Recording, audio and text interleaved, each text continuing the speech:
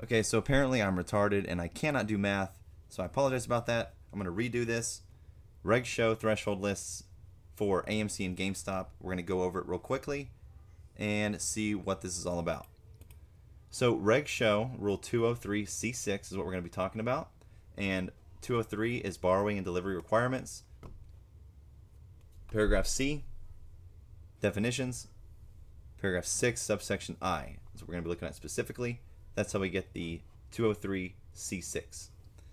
So for purposes of this section, the term threshold security means any equity security for which there are an aggregate failed to deliver a position for 5 consecutive settlement days at a registered clearing agency of 10,000 shares or more, and that is equal to at least 0.5% of the issue's total shares outstanding. This is where I messed up last time. This is not correct. This is supposed to be 2.5 million, not 25 million. So I apologize about that. That is the error that I had to fix, and I apologize. So anyways, continuing on.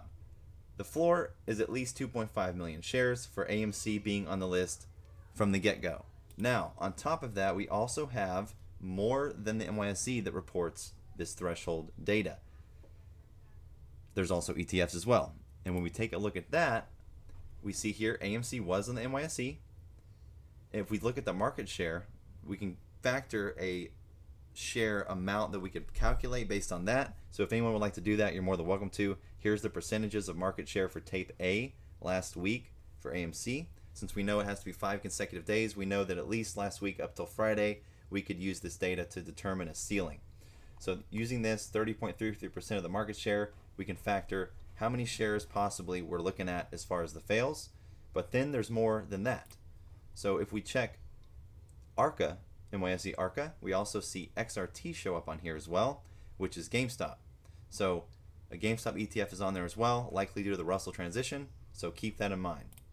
There's also a ETF for AMC and GameStop, PBSM, that is on there as well on the BATS or SIBO listing.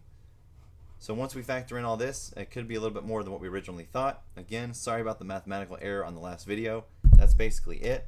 As long as that these fails maintain that 2.5 million threshold for AMC, it shouldn't drop off this list, and it should continue to be on there. So again, hope this cleared things up, and I will talk to you guys later.